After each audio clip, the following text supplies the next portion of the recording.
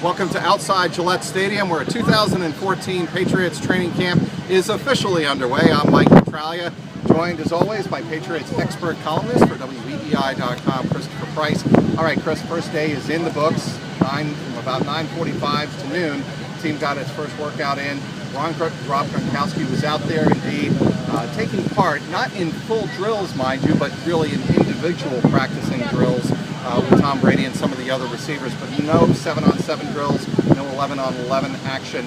He did have a brace on his right knee.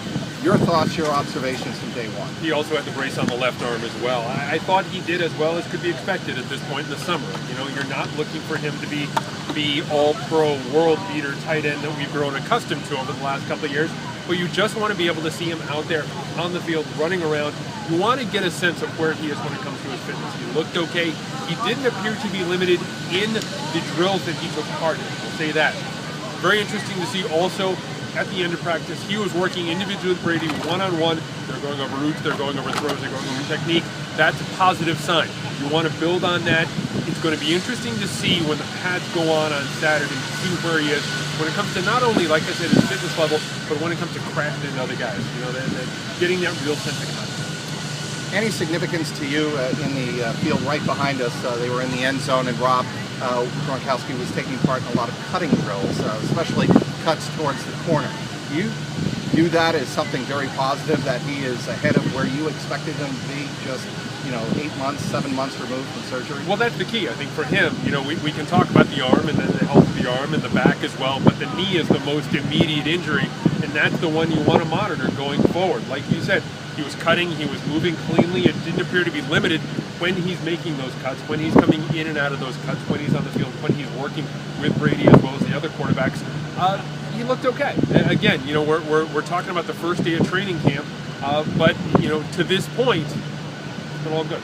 He's a lumbering tight end. I think everybody would agree with that. I mean, he is explosively fast, don't get me wrong, but it's hard to read into whether or not he was limping or not, and frankly it will be, because that's his natural gait, as a couple of media observers observed up in the tent up on the hill where we were watching practice for the first time this summer. Let's move on to some other things. Tom Brady really pointing out in his scrum with us, talking about a couple of receivers in particular that he was very happy with, naturally Julian Edelman, but Kenbrell Tompkins. I asked Brady if he was particularly encouraged with some of the catches that Tompkins made in the end zone, going all out, flat out, and Brady said, "You bet," because when Kenbrell Tompkins makes those kind of plays, anybody does, it lifts the whole team up. It really does. I think this is a key summer for Kenbrell Tompkins for a couple of reasons. First of all, you look at the back end of that depth chart when you're talking about the wide receiver position. There's some questions there.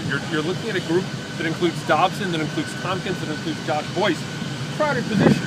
In history, if history tells anything, Patriots usually keep 5 or 6 wide receivers, and if they keep 5 or 6 wide receivers this year, that means one of those guys is not going to be on the roster. Now, we don't know if the guy's going to go on IR, they're going to find a way to keep him around, but it's going to be a numbers game back there, and if KT continues to have a good camp, continues to have a good summer, I think he does his part to solidify his spot on this roster. I will say this, it's interesting, and Ryan Hannibal brought this up when we were sitting up in the tent, talking about Tompkins and the touches, the opportunities he had today.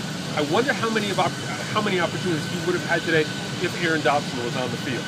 Right, and the reports are that Aaron Dobson will start the season on the PUP list. Just another factor to definitely consider when, as you said, considering the back end of that receiver chart. But I don't think, frankly, Chris, that Kenbrell Tompkins is at the back end. I think he's closer to the front end of the receiving corps. I think it was really interesting today when they brought a handful of the skill position guys over to this practice field, and Brady was working with the guys. It was Edelman, it was Amendola, it was Gronkowski, and it was Kenbrell Tompkins, while Josh Boyce was on the other field. Now, that's not to discount Josh Boyce, because Josh Boyce had a really good day when it came to working as a kick returner, and that position is still open. He could, find his way onto the roster through his special teams value.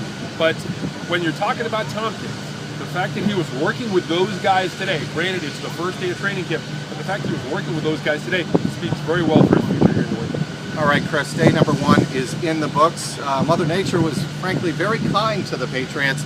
It was not the 85 to 90 degrees that it was on Wednesday. It was more like 75 to 80, overcast, breeze throughout practice, so not really a terrible practice in terms of the elements for the players to endure on day number 1. Day number 2, again, Friday here outside Gillette Stadium. We'll be in shorts and shells once again, and then full training camp practice, full pads expected to begin on Saturday. He's Christopher Price. I'm Mike Petraglia outside Gillette Stadium, WEEI.com.